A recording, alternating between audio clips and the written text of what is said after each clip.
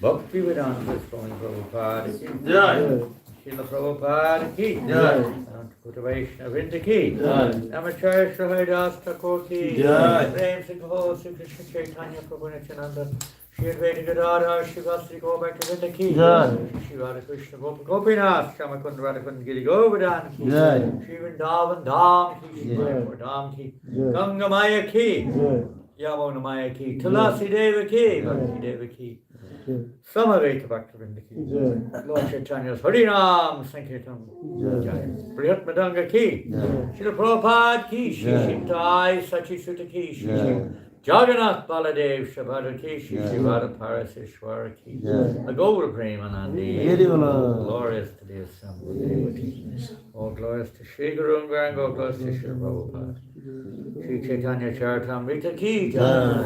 Shri Vidaya Krishna Sarvita Sri Radhe Bhakti Vedanta Swami ki Namani Namaste Saraswati Devi Gauravani Pracharine Nirvasesha Sanyavari Pasticade Shatarne Jai Jai Shri Chaitanya Jaya Nityananda Chaitanya Jaya Nityananda Jai Advaita Chandra Jaya Gaura Bhakta Vrinda Jaya Jaya Chandra Jaya Guru Bhakta Vrinda Jai Jai Shri Chaitanya Jaya Nityananda Jaya Jaya Shri Chaitanya Jaya Nityananda Jai Advaita Chandra Jaya Gaura Bhakta Vrinda Jaya Advaita Chandra Jaya Guru Bhakta Vrinda Jai Jai Shri Chaitanya Jaya Nityananda Jaya Jaya Shri Chaitanya Jaya Nityananda Jai Advaita Chandra Jaya Gaura Bhakta Vrinda Jaya Advaita Chandra Jaya Guru Bhakta Vrinda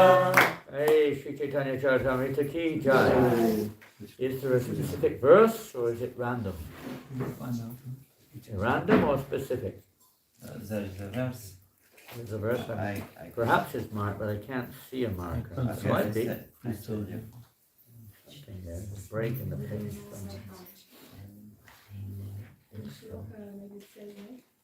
Adi Lila. Well, this is the Adi Lila, that's for sure. We On Saturday. can't read the whole book in one hour. 40 and 40 to 40. Which chapter?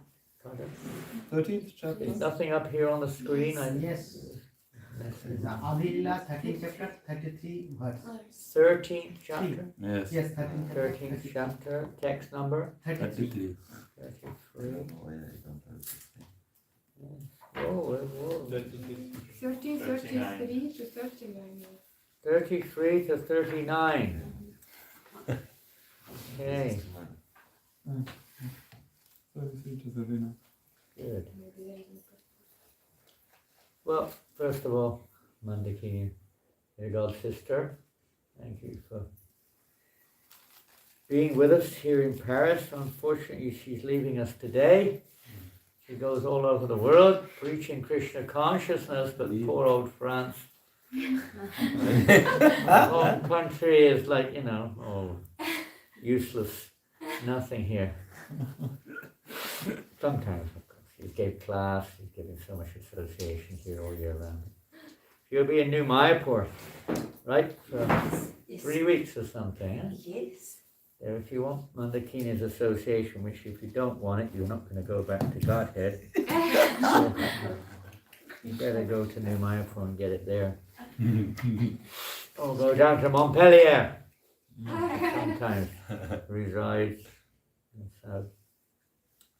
And anyway, thank you so much, Mandakini, for Thank you, being Maharaj. so sincere disciple of Srila Prabhupada. Mandakini is our oldest French devotee. 1970 you came, wasn't it? 70 or 69? 69. 69. Very good. She came in 69. You moved in 69 into London Temple. Yes. She moved into the temple in Bury Place in 1969. Wow. Before most of you even knew you existed, at least in this lifetime. It's a long time, huh? My parents couldn't exist. Nearly 60 years now. 57 years. The first Radha Krishna temple in ISKCON, London, Soho Street. As you know, the devotees have purchased that building back. Well, they never had it in the first place. We were renting it. But they've actually purchased it recently. And it's, we'll see what Krishna's plans are for Bury Place. But hopefully you'll be able to visit that and feel the feeling, just the experience of being there in Bury Place makes one to say, it has such a powerful effect. Even now you can still feel it, by the way. There's some changes taking place inside, but not that many, and you can still feel the presence of the devotees, the mood, the spirit, the deities, Prabhupada, Mandakini, everything. You can feel it there when you go there. The door's the same, the knob's the same, the windows are the same, the attic's the same, more or less. New staircase. The stairs have changed a little bit going up. The toilet has disappeared. Halfway toilet. I don't know what they did that. I don't know how they did that. They must have rearranged the stairs somewhat. is a lift, small lift there, but that will probably be removed in order to facilitate the future of the project. There once they get started anyway. And right now it's a dentist clinic. 3 of the floors, 3 are empty, so we've got the top 3 already. And the bottom 3 are dentists. And so now it's a dental clinic. And very soon it'll become a transcendental clinic. No transcendental clinic. People will come and have their the real mundane teeth removed, and they have spiritual teeth. With which to relish no end of delicious prasadam with their transcendental teeth. So, Bury Place was very famous for that, just about everything you can think of. But it was very famous for prasadam. No matter who you were, I was just telling David Dharma is traveling Kirtania, and he's visited Paris. You've been here before, haven't you? No, Maharaj, I've been here 2019, only 2 hours. Some devotees come. 2019. Some devotee coming from Bahrain tour. Okay. So 2 hours I stay. 2 hours. Bahrain is my second time. 2 hours, okay, good. That was 2 days or something. But I was just saying what it was like in Bury Place. You won't know, you won't remember David Dharma in Bury Place, probably not. David Myler, his Connie name was, he was from Ireland.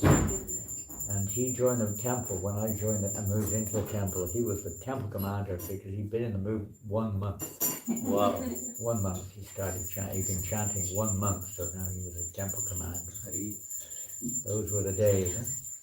Tribhunath Prabhu, he was 17 years old when he was the temple president of Bury Place. Wow. 17 years.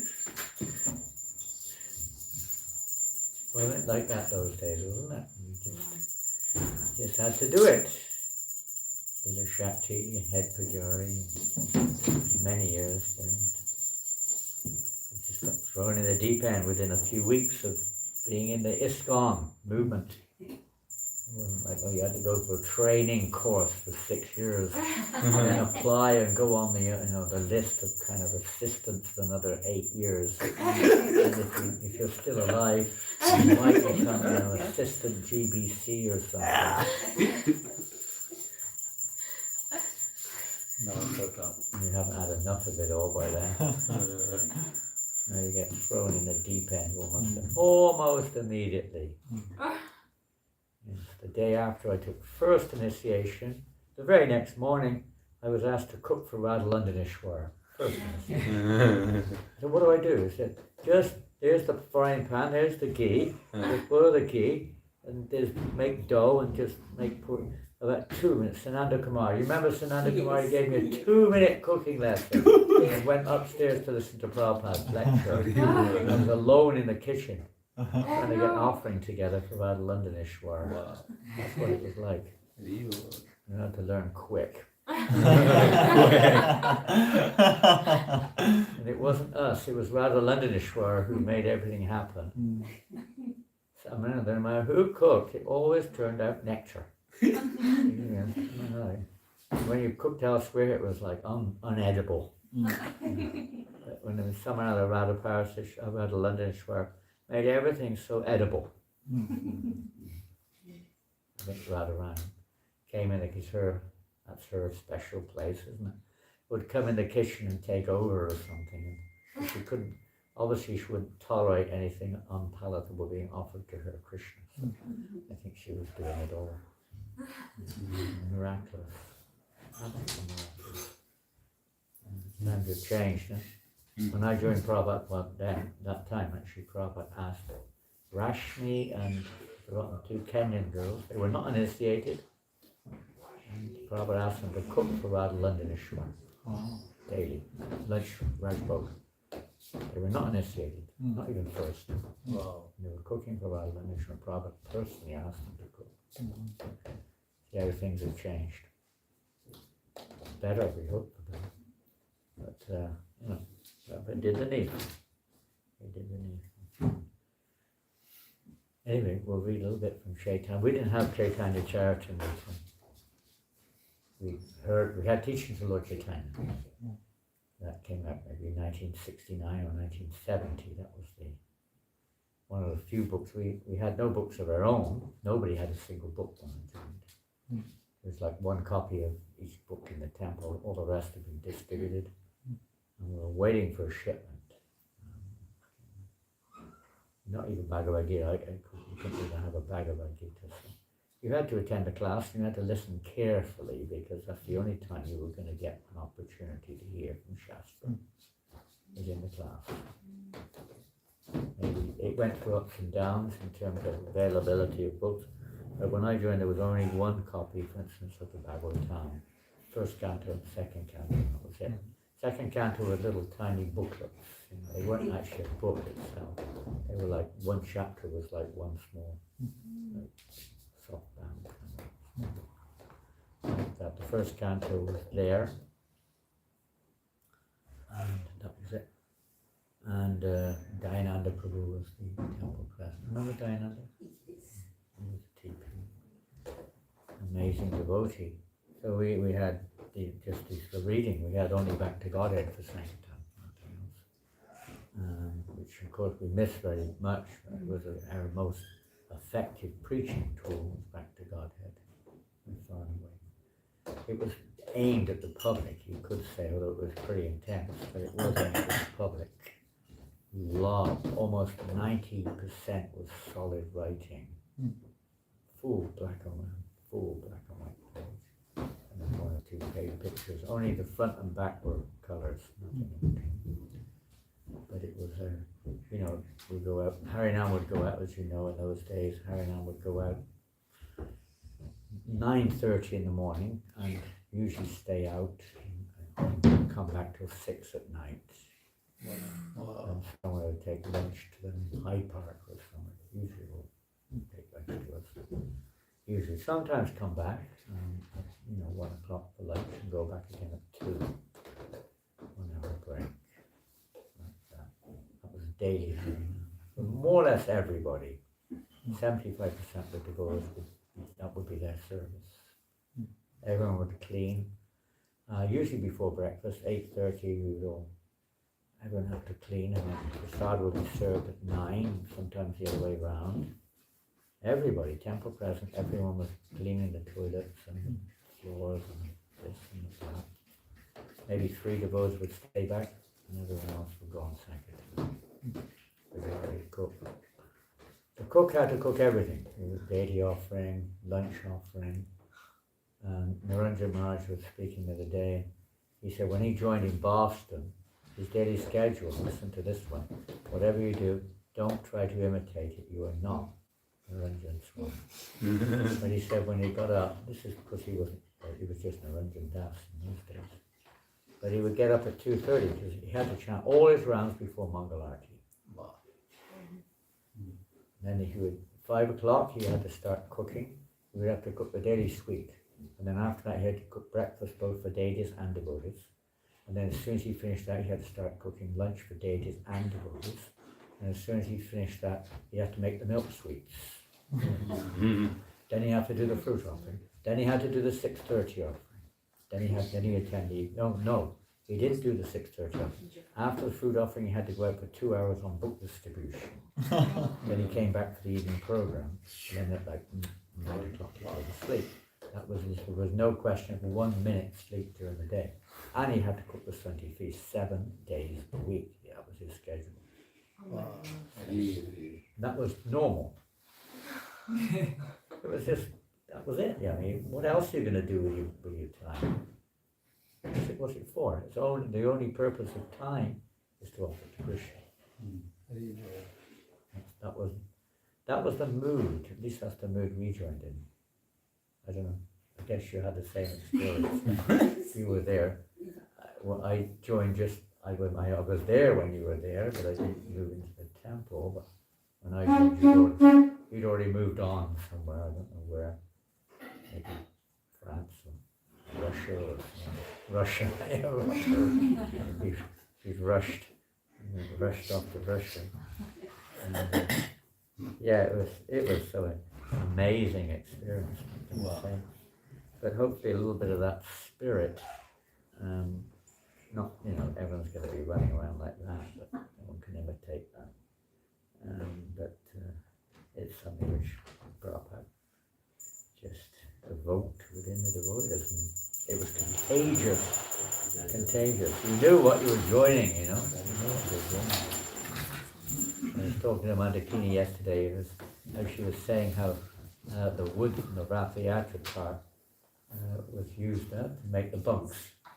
And we had bunks in the ladies' ashram made of wood. So there was no question of a bunk. You get debunked if there was a bunk in the Brahmachari ashram, they would kick you out.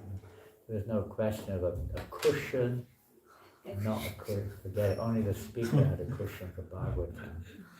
There was no question of a pillow. Oh wait, forget that.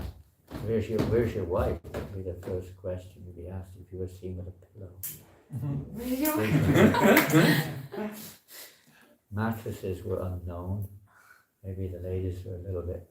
You had mattresses? There's a lot of talk about the ladies, this and that, but at least they had bunks.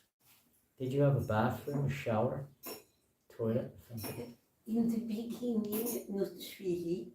Some sink. Huh? We had some sink in the beginning. Sink. Sink. We took bath in the And sink. we usually Yogic mystic powers. You turn this size and bathe in the sink. we used to go to the public bath. Very beginning. Then they made some bathrooms there, yeah. Wow. Swineboard, you remember Swineboard? Yes. From Australia. He made the Brahmachari one. I don't know if he made the one downstairs or not. We used to go to the public. Yeah, well, he would have done in the beginning because there was no shower bathroom or whatever. He made the Brahmachari shower right inside the Brahmachari room. Literally, I mean, it was just like you've got your Brahmachari room, in the corner was a shower. If anyone's taking early Pujari, they just, climb over you to get to the shower.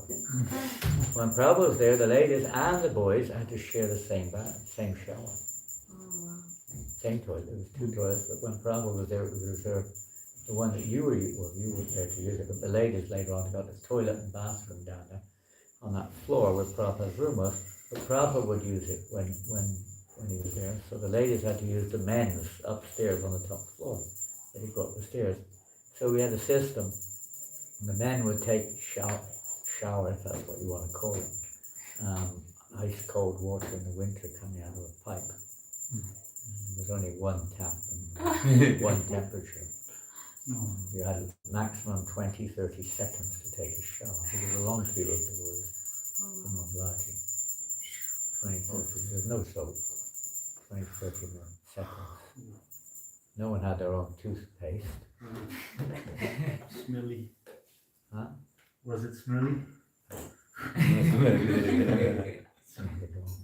Okay. I mean, beautiful smells. Wasn't it? One of the features of the temple was absolutely amazing. Was the combined fragrance of incense and spices. Especially if you come at one I did at 1 o'clock in the lunchtime or just before. And because they may have already finished it, but when the cook is just putting chunks, you make the spices, the chunks, into the dal, and hot boiling dal, and they pour this chunks and ghee into the dal, and it goes boom like this. You slam the lid on, but the fumes, because they use a lot of chili, use the whole chili. We should take chili regularly. It would go all the way up to the roof. Out the windows everywhere. And that, together with the incense smell was let's say, quite extreme. Not just because they're offerings. I mean, I don't know. In psychology now, a lot of people have a lot of problem with fumes of some kind of. I mean, I don't know. I mean, the fumes you breathe when you go on the street are a million times worse than incense. Some horrible fumes of cars and lorries and buses and this, that, and the other. But what to do? We all, offer incense to deities.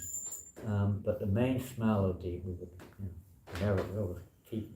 The whole room would be like full of incense. You know, that was mystical, spiritual. As soon as people come, they were immediately attracted to the incense. The first thing that captured people was the nose when they come in the door. First thing, there's no smell in any of our temples anymore. Don't smell anything. Not even smelly socks anymore. That was not the smell you sometimes got when the hippies came in. The fragrant smell of their unwashed clothes and smelly feet and whatever else they've done here, with the lice jumping out of it. Many times hippies would come, you know, their hair would be like a big ball of tangled stuff, with things jumping around in it, you know.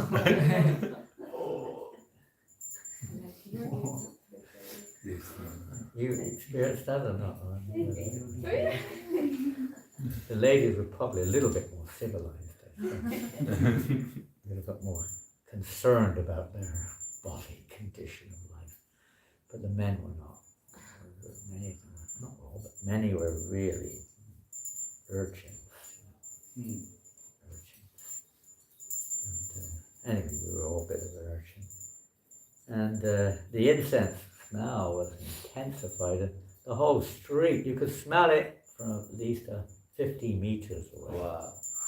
Because we were making incense in the attic. And that was my first major service, was the spiritual sky, making incense, managing it after a short while. Spiritual sky incense. You may not know it is extremely strong smell. The history of the spiritual sky I won't get into. It's a very, very strong smell. And you know, strong oils we use in strawberry fields, patchouli, jasmine, so many different flavors we would make and sell it. I mean, it was very popular in those days. We would sell it. That was how we maintained the finances of the temple, selling incense. But the smell, because you had to make it, and the fumes were like, it wasn't just the smell of the fragrance of the oil, but anyway, it's a long story. We used to use alcohol. You dip it in alcohol. The alcohol evaporates, so there's all these fumes. So, you know, talk about, you know, we never use masks, but we just keep this. You see, if you look at the building now, you'll see there's a little round window right in the attic at the top of Bury Place building. And that was the window to the attic. But it wasn't really a window, it was just, you could just open it a little bit. And a little bit of air would come in, but it was, I was getting quite, I guess I was quite intoxicated up there. All the alcohol. These punks, they call them punks from China. The sticks, you know. Well, we found out they use pig manure to make these sticks, you know. But anyway, that's what we were getting imported from Hong Kong, like, big boxes. And we make thousands and thousands. My first ever service actually was packing incense. Even that was the first time I came, 71. Packing incense up there in the attic. Not in the attic, in Brahmachari ashram. Anyway, it was exciting days, and very exciting. And you know, I mean, you had to give class after being in the movement for next to no time. After a month or two, you had to give class, you know, quite scary. But we had a lot of classes. I don't know what it was like when you were living there. We had 5 classes a day when I joined. 5 a day. Wow. 5. You didn't need a Bhakti Shastri course. So much waste of money and time. You learned on the spot. You had to, the subject matter you heard, and you had to put it into practice on the spot. No choice. Bhakti Shastri every day. No, I've got no time for service, Bhakti Shastri. Bhakti this, Bhakti that. Bhakti is Bhakti. But we had 5 classes, that was the point. Morning and evening. 2 in the morning, 3 in the evening. Bhagavad Gita, Srimad Bhagavatam, Nectar, Devotion, Ishopanishad, and Song class every day. Plus Krishna book reading. So, you know, it was really No, we got the full thing, we got it all. Bhakti Shastri. We got it all. And after 1 or 2 months devotees were ready to give plants. Oh. They were ready. And we didn't know much, but they knew whatever they knew was more than anyone else knew. And you just gave it. And that's the way we learned. That's the way we learned. Nobody could study the class. There was no books to study. Just have to give it from what you heard, realizations. Different times, different places. Usually, when I got my head shaved, the hair shaved, the devotee Sambanath, you know Sambanath? Sambanath shaved me up. And he said to me as he was shaving, he said, "Where are you from?" I said, "I'm from so-and-so." He said, "Oh, we haven't got a temple there. Maybe after a few weeks you can go there and open a temple." Can you imagine? Now the devotees are scared to go out and open it. They don't know what to do. 15 years, the first thing I asked, well, who's going to go with me? Where's the car? Where about the money? Where am I going to stay? Never asked any of those questions. She just went. There's a bridge. What's the problem? Sleep under the bridge. Get some cardboard boxes and put it on the floor. They were different days. Huh? Youngsters were used to hippies. They used to live in derelict buildings. There's nothing, no possessions. Just living. So they're kind of used to that to a certain extent, but the royals like Shamsundar and others, they were fearless, preachers, incredible.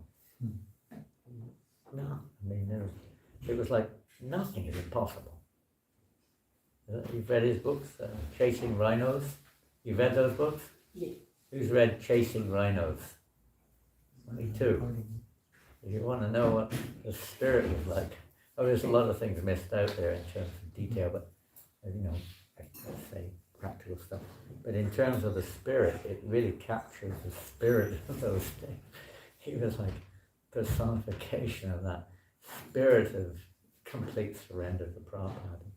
Everything's possible, nothing's impossible. So many people were. Even Mandakini, look how, on the way, Prabhupada was flying, this is interesting, he was flying from Moscow in 1971, in May, to Paris. His next stop after Moscow was Paris. Into the plane, he's talking, Shamsundar's there, someone else is there. And he said, because what was his name? Ayatollah or something? What was his name? The first devotee? Anatoly. Yeah, Anatoly, something like that. So, Prabhupada made him a pure devotee or whatever on the spot practically, just in a few minutes. And from him, more or less, the movement spread all over Russia. Incredible. And just a few hours with Prabhupada was enough to, ignite a flame which turned into a raging fire throughout the whole of the Soviet Union, basically. So dangerous that the communist government was scared of this Hare Krishna, basically. It was a great threat. They considered it a threat to their business. Anyway, on the plane, Prabhupada said, so, who we need to, I don't know the wording, you may know exactly, but, we need to find a wife for this Anatoly. So who can we have? And I think it was Shamsundar or someone said, what about Mandakini? So when Prabhupada came to London, I guess, he asked you to go to Moscow, right? And marry him. Yeah. And off you went, right? How many days' notice? And Prabhupada asked Shamsundar, so Shamsundar said, Yamadaki, and Prabhupada said, I was so thinking like that. Wow, evil. How many days before you went? After being requested? Maybe, was it 1 month or a little more? Maybe 1 month. Wait.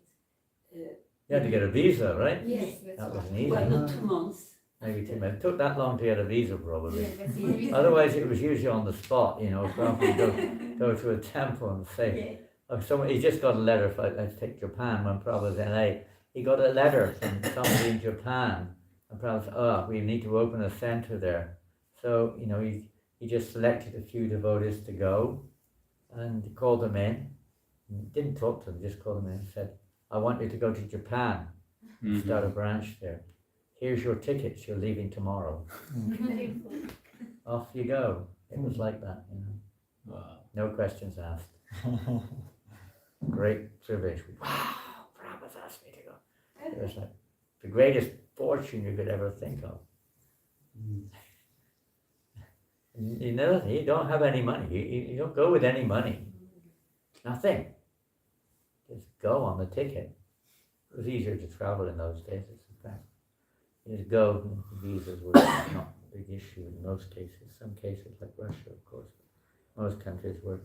They went into all this return ticket business. Where's your money? You know, where you're coming from. You know, you could carry anything on your bags. You know, it wasn't like, you know, nightmare traveling. But anyway, they just go. That was Lord Chaitanya's movement, wasn't it? Every town and village. Every town and village. Okay, we'll just read a few verses. And 33, I'll just read it through. Jabisha Uttaraike Navadvipa Grame Sarva Loke Krishna Prema Name. Lord Chaitanya Mahaprabhu lived in Navadvipa area for 24 years, and he induced every person to chant the Hare Krishna mantra and thus merge in love of Krishna. Nice. Like when you go out, I was thinking this morning, I was just meditating on how different devotees have different parts to play. We can't play all parts. Like an orchestra, you know, everyone plays their instrument and play it nicely. I was just thinking about, sometimes I was say, well, you know, you're just going on Harinam, just doing books and what then? But let's ask a question. Now, how many of you have had children? Mandakini, how many of you have had children? Anyone else? On the way. On the way. Very soon. Japan. On the way. Okay. So what as a child grows, maybe I thought Jayashri, is that Jagadish Krishna's baby, isn't it? Jayashri. Jai? Ishwari. Jai Ishwari. I just hear Jayashri. Jayashwari. She's walking now. So, you know, when the child starts walking, what do the parents think? Look at that picture of Prabhupada in Butler, when the little boy, Brish, started to walk. You've seen that picture of Prabhupada? His face is beaming, isn't it? And he's not even the father. So, isn't it when you see your child make the first step, how do you feel? Isn't it? You feel, the parents feel amazing. It's, you know, it is what it is, but they feel incredible happiness. Prabhupada was feeling, he felt like it was his grandson. He felt so happy to see that little kid make his first step. His first step. So it's like that. When a person sees the Harinam party, or takes a prasadam, or takes a book, it's like that. It's like the kid is making his first step. It's so pleasing to see. You know, imagine how Radha and Krishna feel when they see that kid, that conditioned soul, making his first step in Krishna consciousness. We may not feel like that. We don't have the compassion. We don't have the spiritual realization. We're thinking of me, my results, what people, you know, we're thinking like that. But that's not how Radha and Krishna is seeing it, or Lord Chaitanya is seeing it. This soul, conditioned soul, trapped, completely trapped in ignorance, has made one step after billions of lifetimes. It's such a big, and if you don't make the first step, you'll make no more steps. Simple as that. Everything else is an addition or a progress, a development. The child's life is not finished at the first step, but if it doesn't make the first step, it doesn't get very far. The first step is essential. And that's so pleasing, well, probably more than anything else, that brings pleasure to the parents in terms of, you know, after birth. It probably brings more pleasure than anything else, seeing that first step of the child. I mean, I don't know how you felt. I've seen many parents like that. They're just absolutely over the moon when they see their child making the first step on his own. Of course, a little bit of help from them, even that, I mean, a little bit of help to make them help them to make the first step. It's required sometimes, especially on Harinam. Sankirtan or book distribution. Prasad distribution is a little easier. Mm. People are a little bit more willing. Not all, but many. And to take a book takes a lot of effort on the, we're not parents, but we're representing the parents. So, it takes a little effort to get someone sometimes. You can just give them away, but it's not quite the same as preaching or distributing a book. It's so, isn't it, Dynatite, when you see someone take a book, isn't it, don't you feel that, isn't it, it's a special feeling you have, isn't it? Yeah. You can't describe it in terms of material experience. It's a very special feeling when you talk to someone, it's just so special. And that's from the experience of the interaction. But what to speak of the result, because it takes a bit of surrender. Okay, some people are salesmen.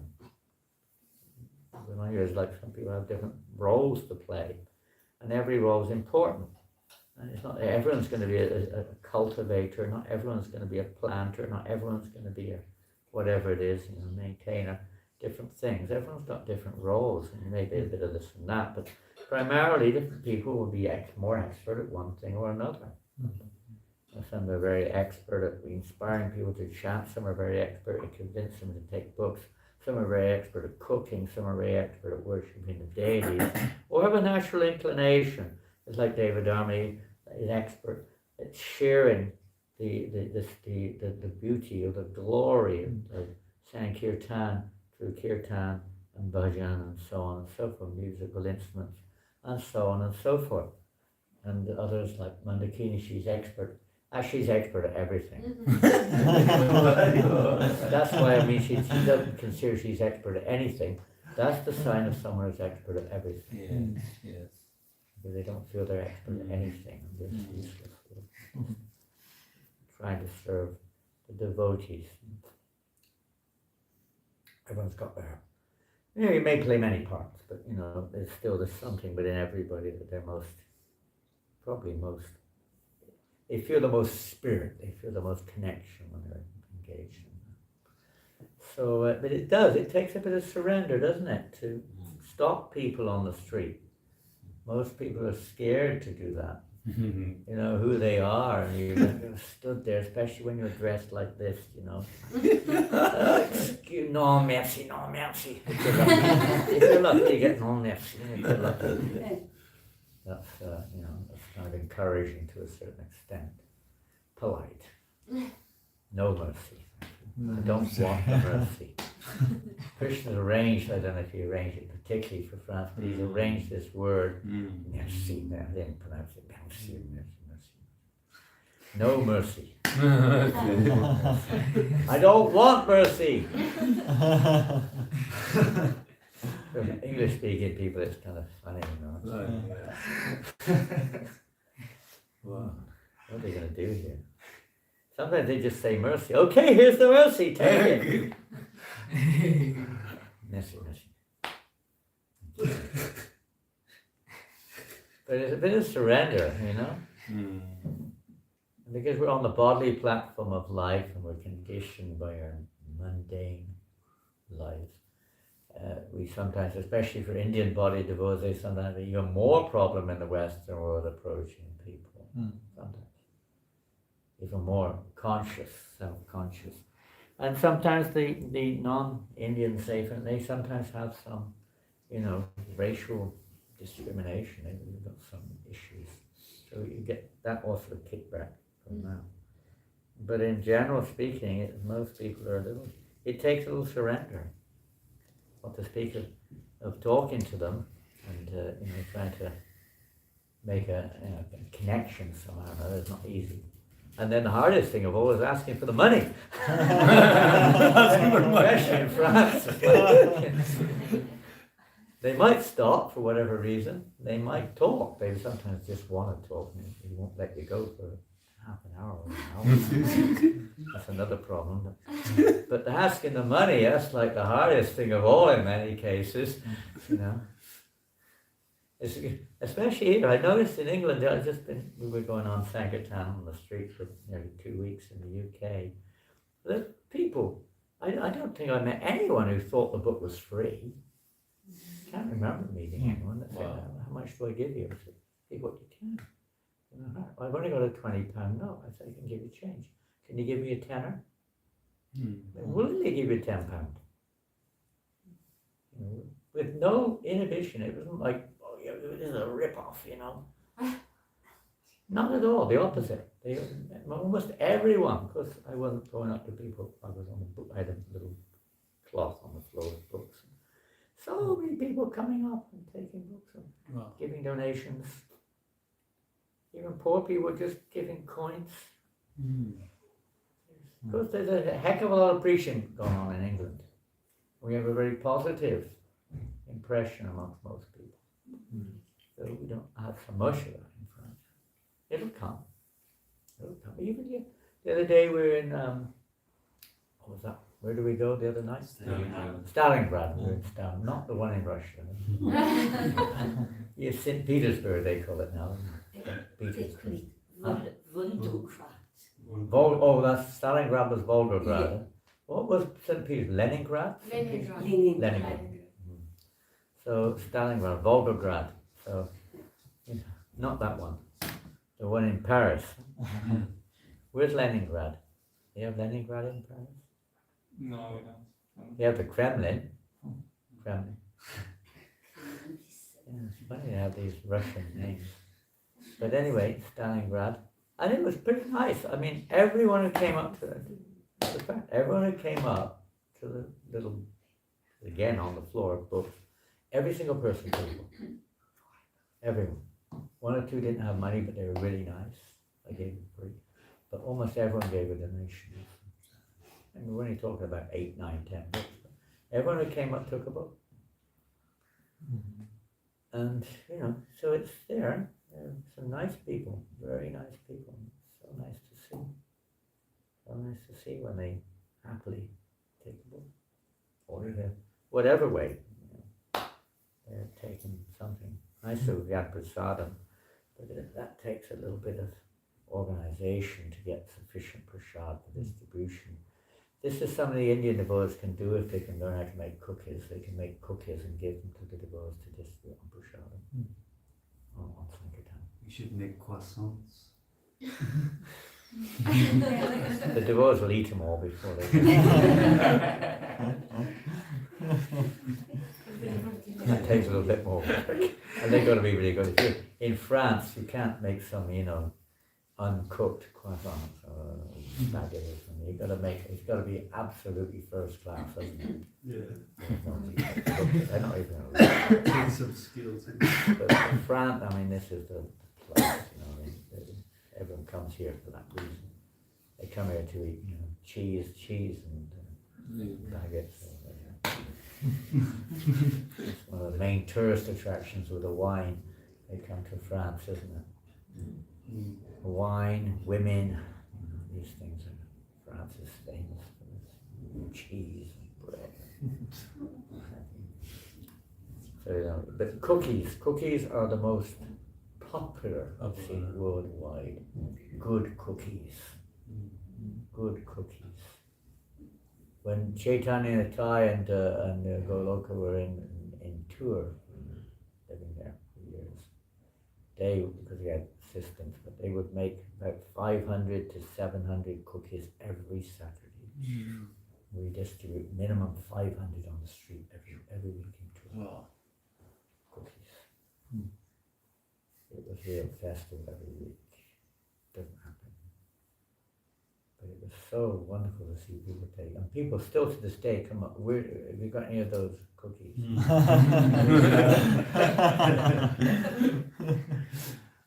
Embarrassing. The dogs were going crazy. You know, you get all these kind of fellows, these hang out on the street with their dogs, sit there and sleep there with their dogs. And many of the dogs were like addicts. The men and the women were drug addicts, but the dogs were cookie addicts.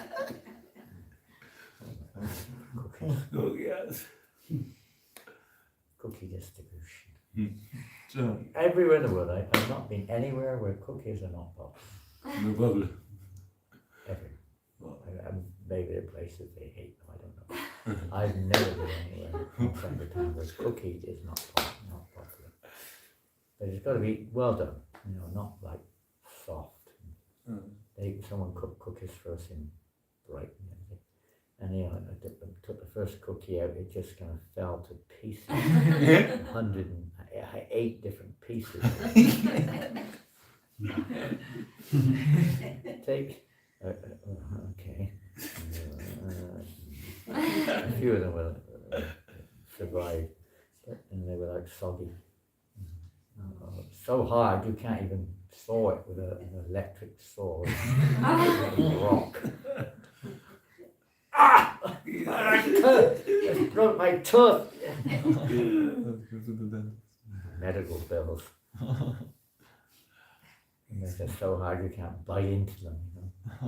There's no sugar in them. Different things. Healthy. Yeah, that's not what people expect from a cookie. And you have to tell them nuts, no nuts, gluten, no gluten. You've got to make that clear these days.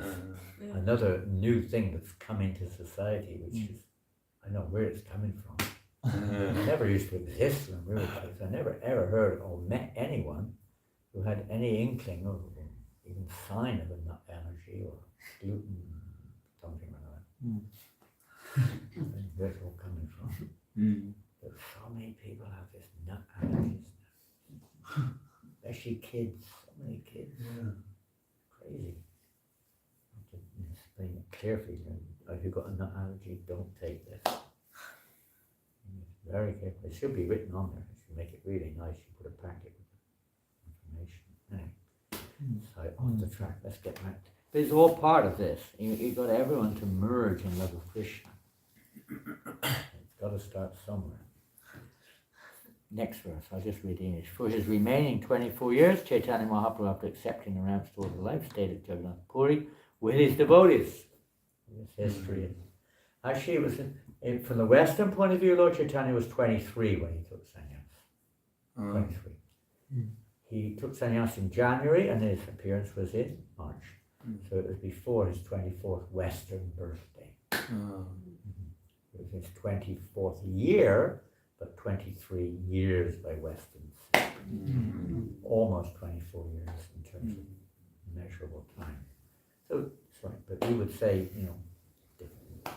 But that's not, your first birthday is always, we go by the Western system.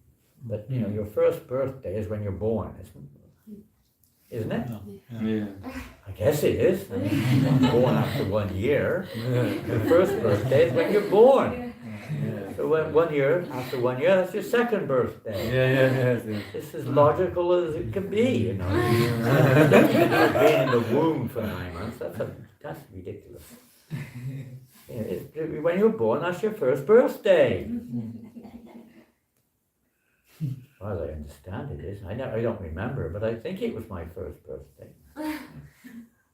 I think Maharaj calculate Bengali style, understand? It's not Bengali style. Everywhere in Asia they have this system. Everywhere. When you were, this was my Prabhupada, when it was in Bhaktivedanta Manor in 1977, the devotees brought him a cake with candles on it. And Prabhupada actually quietly asked him, 81. Prabhupada said, no, 82. There's another candle. That's how we measure. But we know none of us do that. I've just written an offering to look at. I'm saying, on your 78th birthday, he's 77. That's 78 by Prabhupada's standard, or by Vedic standard. Yeah. It's not it's a 78 honoring of birth appearance. 78. You honor the baby when it's born, isn't it? There's some ceremony. You don't wait 1 year, do you? Yeah. You do. No. I don't think they don't in the West anyway. Yeah. When the child's born, that's, a big ceremony. Yeah. You don't wait a year. Ceremony. And the next year it's the second ceremony of the child's birth. Simple logic. It's just a different logic. The whole Western psychology has got a warped logic in perceiving almost everything that exists. We're conditioned to think this way and measure things this way. It's difficult to see it other ways, whether it's the moon, sun phenomena, or whatever it is, people living millions of years in the past, or whatever it is. It's impossible for Western psychology to be, or Western conditioning, not psychology, Western conditioning to be able to grasp all this. It doesn't fit our limited measurement capacity. Just looking for it. So then Lord Chaitanya stayed in Jagannath Puri, for not all, I mean he travelled for many years, but primarily in Jagannath Puri. Particularly the last 18 years he was more, he was completely in Jagannath Puri, and much of that time of course, very internal. But first period Navadvip. For 6 of these 24 years in Nilachal, he distributed love of Godhead by always chanting and dancing. He did it all the time, but particularly in traveling South India, Vrindavan, and a few other places, Bengal again. Beginning from Cape Comorin and extending through Bengal to Vrindavan, during these 6 years he toured all over India, chanting, dancing, and distributing love of Krishna. The activities of Lord Chaitanya Mahaprabhu in his travels after he accepted sannyas are his principal pastimes. Now that's an interesting sentence. The activities of Lord Chaitanya Mahaprabhu in his travels after he accepted sannyas are his principal pastimes. His activities during the remaining 18 years are called Antya Lila, or the final portions of his pastimes. For 6 of the 18 years, he continually stayed in Jagannath Puri. He regularly performed kirtan, inducing all the devotees to love Krishna simply by chanting and dancing. So what it means is the first 6 years he was mostly traveling. The next 6 years he was in Puri, but he was more external in terms of his distribution of Sankirtan to everyone, dancing, chanting, Rathayatras, this and that. In the last 12 years, it was more internal, not absolutely exclusive. For the remaining 12 years he stayed in Jagannath Puri. He taught everyone how to taste the transcendental mellow ecstasy of love of Krishna by tasting it himself. And there's a purport which we'll just read. And a person, Prabhupada says, who is advanced in Krishna consciousness always feels separation from Krishna, because such a feeling of separation excels the feeling of meeting Krishna. You know, I mean, everyone in the material world experiences a perverted reflection of this. And, like for instance, give an example how in the material world people feel separation. Give an example. Perverted. Give an example. Think. Anybody? When someone departs, and someone There's a simple one, isn't it? When somebody close to you, I mean, of course it could be an enemy also, you feel a kind of separation, happy separation. When it's someone close to you, sometimes we even feel that as so-called devotees when somebody, departs or something, unfortunately. But when somebody is close to us, friend, family member, someone you're very, attached to, leaves the world, how do you feel? Sad. You feel very sad. You feel sometimes you can hardly recover it. Sometimes you can't recover from it. Especially a mother loses her son or something like that, an accident or whatever. It's almost unbearable for them. Separation is burning. On a day-to-day basis, you also feel it, don't you? You're going to give a similar example, isn't it? That people feel separation. Let's give an example, your mobile phone. How do you feel when you look in your pocket? Yeah. How do you feel? Anxious. There's a lot. Absolutely shaken up, shocked. Yes. Where's my mobile? I mean, you immediately think someone's pinched it. That's the first thought that Yeah. comes to your mind. And you don't even think that maybe you left it behind. You think, oh Yeah. God, someone's pinched my mobile. Isn't it? Yeah. Oh, the prashadam was empty in separation. Joy is so transcendental, you know. Yeah, you know. You look in you've just been on Harry now for 3 hours and I take prashadam. You look in your bag, there's no prasad. No, That's it. They pinched it or they put nothing in your tiffin. Empty tiffin. Oh, what is this? Oh no. Or it all leaked out into your bag.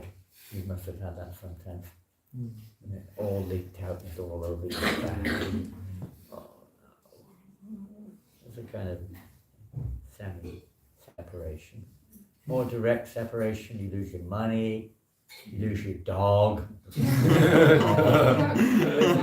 in America particularly, you know, if the dog's missing, it's like a national disaster. All over the news. If you ever look at American news, it's all about finding a lost cat, saving a rat or something. Saving some deer, saving a bear that's stuck in a tree, saving a dog that was lost somewhere. This is like national hero if you do this. People are so attached to their pets. It's unbelievable, isn't it? I know about France, but in America it's crazy how attached people are. They're more attached to their pets sometimes than their own kids. Yes. Incredible. Absolutely insane. And when they're going bananas.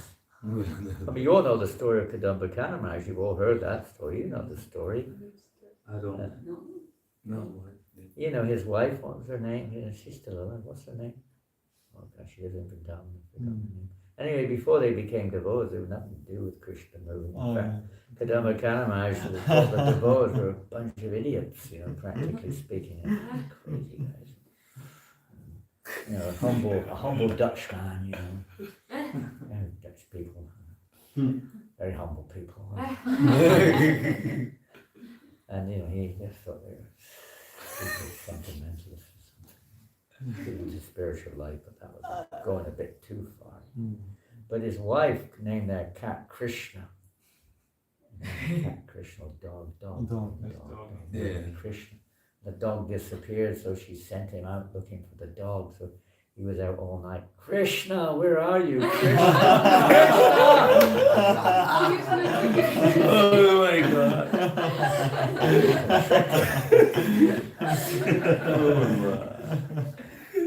So sometimes those attachments can be favorable.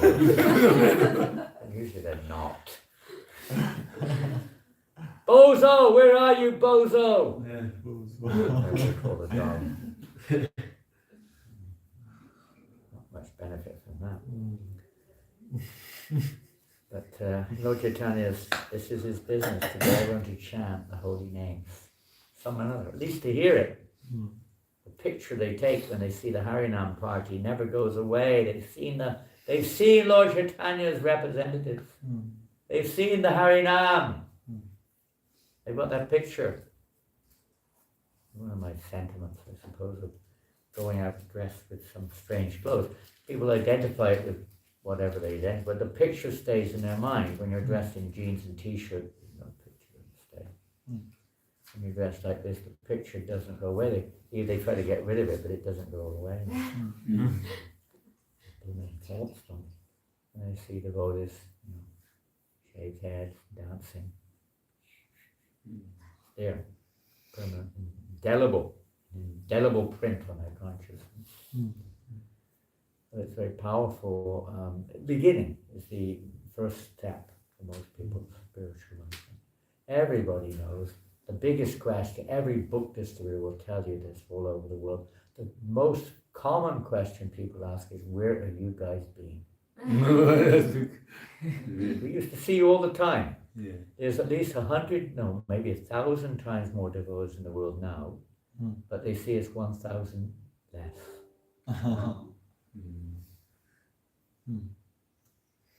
20 devotees in England were seen everywhere in England regularly. Practically. This that's what it's seen. Because they're on TV. So swing it. At least for a while. But still, they were going everywhere. Wherever they could go, they would go in 8 hours, 9, 10, 11 hours on the street dancing and chanting. People, everyone sees. When you go for 1 hour a week, same place, same time, many times it's the same people who see you every week. 90% of the people don't see you at all. Because they don't go on the street at that time. Or that day. But every day. So pretty much everyone sees you. Because you're out all the time every day. And even you have the preaching center with 2 devotees, the 2 devotees would be out on the street on Harinam every day also doing the same thing. That's when I first saw Mahavishnu Swami, the Mad Hatter.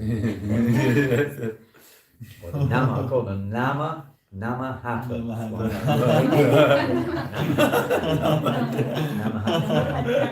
Hatter. Be careful. Because he got the name all over his hat. So he's a Nama Hatter. A few other things too. But I first saw him alone on Market Street in Manchester. He was just visiting. There he was, preaching to a whole bunch of people. On his own, young back, he's been this way, he's been in the movement 6 months or something, preaching on the street. People see it. Do that like a sore thumb. I'll just finish the purport. Such feelings of separation or meeting with Krishna are different stages of love of Godhead. So when we feel separation from prasadam, separation from deities, separation from devotees. Yes. Separation from devotees, that's a big one. You only feel it when you don't realize it sometimes, but it's a big one. The association of devotees, however immature we may be, but that association is very special. Very special. The separation from the Dham, the holy Dham, and so on and so forth. This is the stage of devotional advancement towards love of Godhead. The highest stage is called Prema Bhakti. These feelings develop in time when a person seriously engages in devotional service. Seriously. The highest stage is called Prema Bhakti, but this stage is attained by executing sadhana bhakti. One should not try to elevate himself artificially to the stage of Prema Bhakti without seriously following the regulated principles of sadhana bhakti.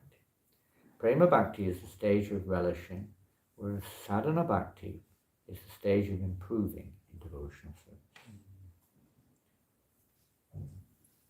We may not be relishing as such, but we're trying to improve. Sri Chaitanya Mahaprabhu taught this cult of devotional service in full detail by practical application in his own life. It is said therefore, Apani Achari Bhakti Kaim Sabari. Sri Chaitanya Mahaprabhu is Krishna himself, and in the role of a Krishna Bhakta, a devotee of Krishna, he instructed the entire world how one can execute devotional service and thus go back home, back to Godhead in due course of time. So that's the special gift which Srila Prabhupada is giving the world, and we're just carriers of that gift in the form of whatever way we can do, prasadam, holy name, books, whatever, kitab, whatever way, kirtan, whatever we can do to try to just be an instrument for spreading of Krishna consciousness. Today is Harinam, is that right today? Where are you going today? Cluny, isn't it? Yeah. Cluny Sirvan. And there's a kirtan program tonight somewhere, in some yoga studio somewhere nearby, the Odeon or something. Somewhere nearby, a new one. So it's nice. After the Harinam, some devotees may be going. I think it's 6. What time's Harinam? 3:30. 3:30 to 5:30. Just 2 hours now. Yeah, just to have some time to reach the place at 6. Okay, so it's in relationship to the yoga program. So If someone wants to. I mean, you can go earlier if you want, but 3:30 is official kickoff, official starting. And It's late, isn't it? We usually What's do around late? that time. 3:30.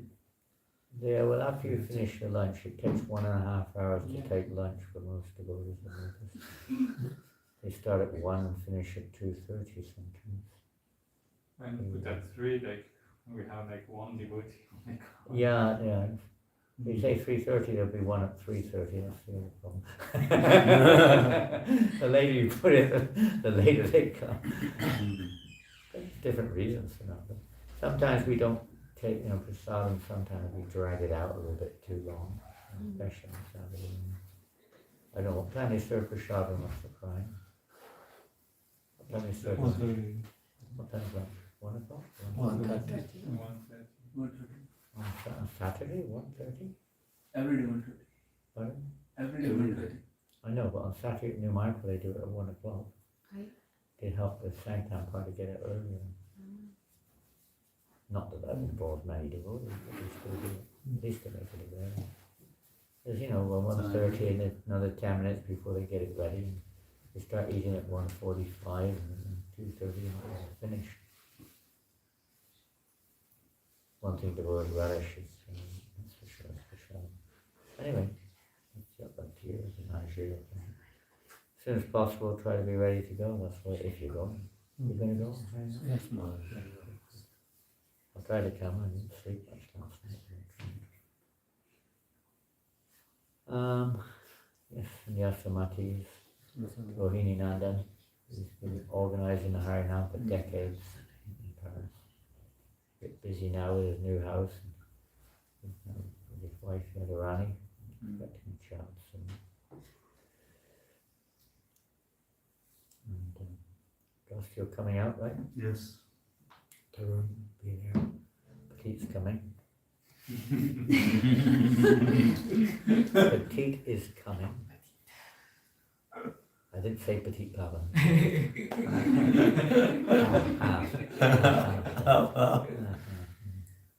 You have to convince him. Convince him. You speak Gujarati now? No Gujarati. You don't speak Gujarati. Bengali. Hindi, I know Hindi. You know Tarun Vishnambhar? Yeah, I know him, yeah. Well, a lot of Bengalis. Bengali, yeah. Matidi also Bengali. Bengali. Yesterday we did one program, Bengali. That's a fine. You've got to twist this guy's hand and get him out of his comfort zone. At least once a month. Come on. It's better than skiing. Better than skiing.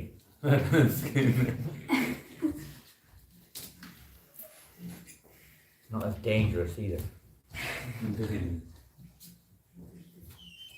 Mandakini is now going to honour Prasadam and pack, and you're leaving for Montpellier, is that right? What time's your train?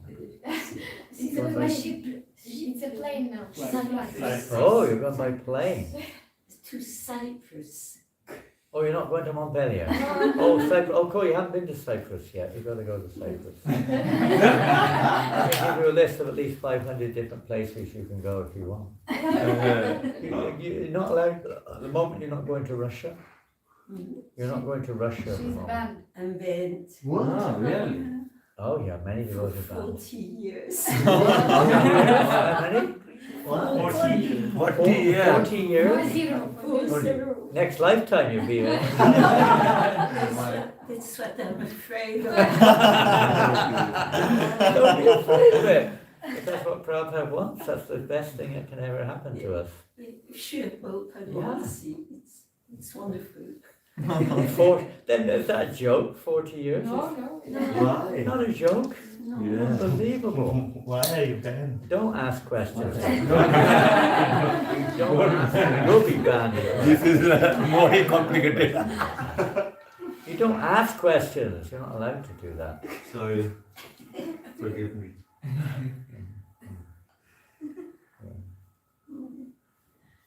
Well, what to do? Cyprus. There are Russian devotees there, is it? Yes. Cyprus, you go with the Russians in Japan also. Yes. Yes, of course. Everywhere. Everywhere. Oh, amazing. You've been to Tenerife, there's lots of Russians there. Tenerife, we got to go to Tenerife. Lots of Russians in Tenerife. Canary Islands, they like the Canary Islands, it's nice, hot and sunny there.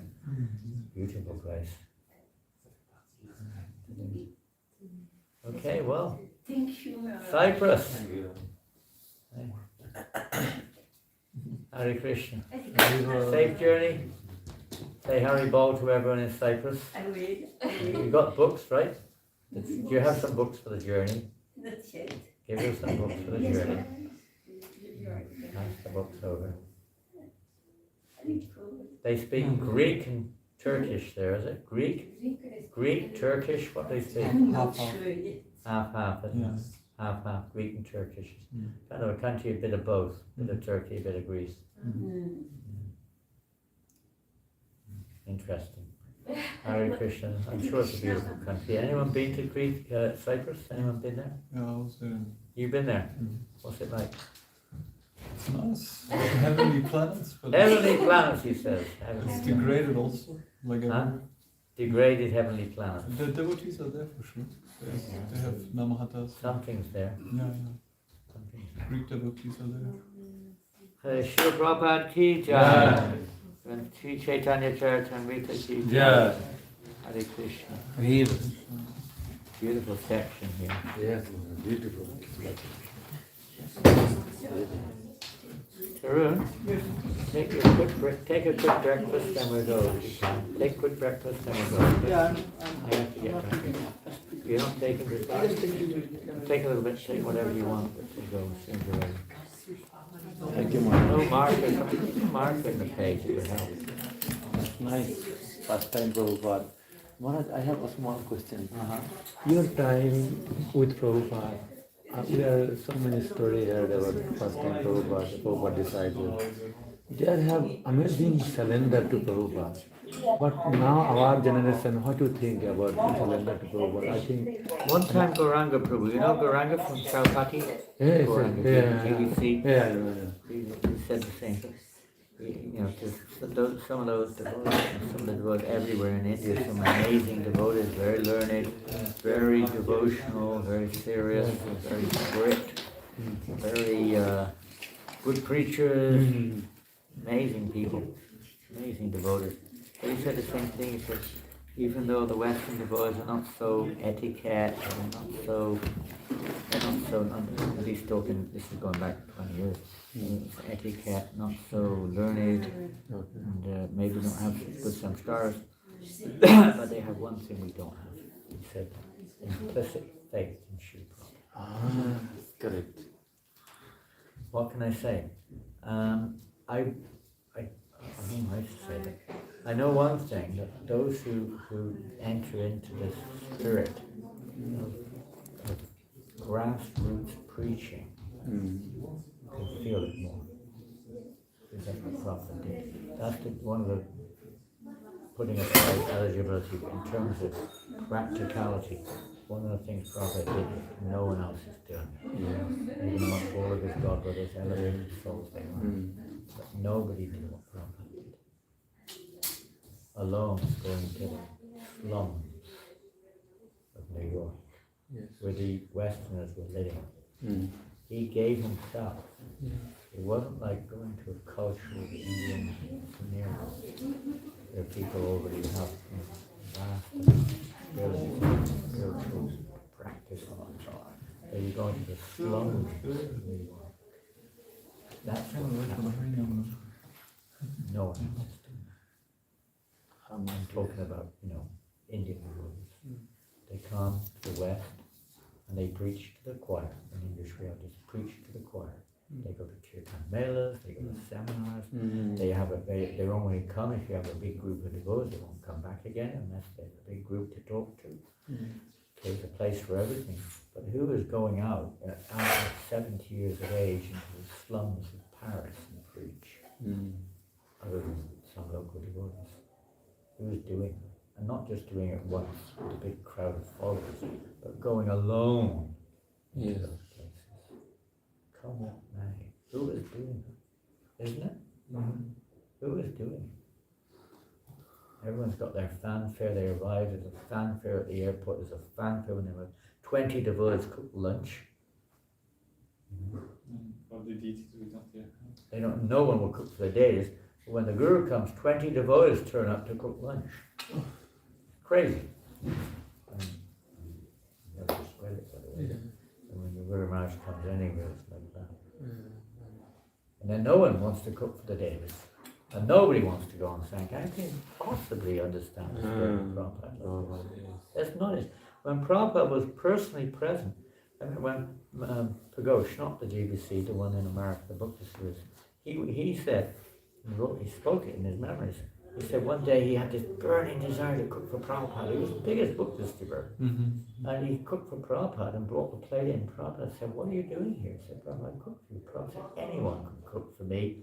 Not anyone can distribute books. That's more important. You should be on Sankirtan." When Prabhupada came in 77 to London, the book distribution doubled whilst he was there. We doubled it while Prabhupada was there. They weren't staying back to like get an orange peel or something. They went out and doubled book distribution. And that's what our offering to Prabhupada was. And still is. But it's not the same. Now in India there's just a huge amount of books. There's so many wonderful things going on, but you were talking about spirit. Spirit, which is a little different. And that's the spirit, that mood. Surrender. That mood of faith. Surrendered faith to Prabhupada. Even if no one else likes it. None of Prabhupada's brothers, practically one or two exceptions, cared less about what he was doing. Back to Gyan, Keshwar Maharaj, or maybe, Puri Maharaj. 2 or 3 of them were favorable Christians. But hardly any of them cared less. They didn't even like it when they heard the results of Prabhupada's preaching. They didn't like it. Mostly. What to speak of, do it. They had no inclination to do it whatsoever. So went into the slums, literally. How to improve to more surrender to Prabhupada? To our young generation, because I see our generation is not... They still do always do it. I mean, you take someone like in London, Parashuram in London. I mean, that man is like Hare Krishna. There's a fear there. There's some fear. I don't know what it is. But it's also in a movement it's not emphasized. And even sannyasis, what David Rita Maharaj says, even to Swami, he says everyone goes on the banquet run. They call it the banquet run. They go to Dubai, Durban, London, LA, New Jersey, Sydney. Places where, rich Indian people are living.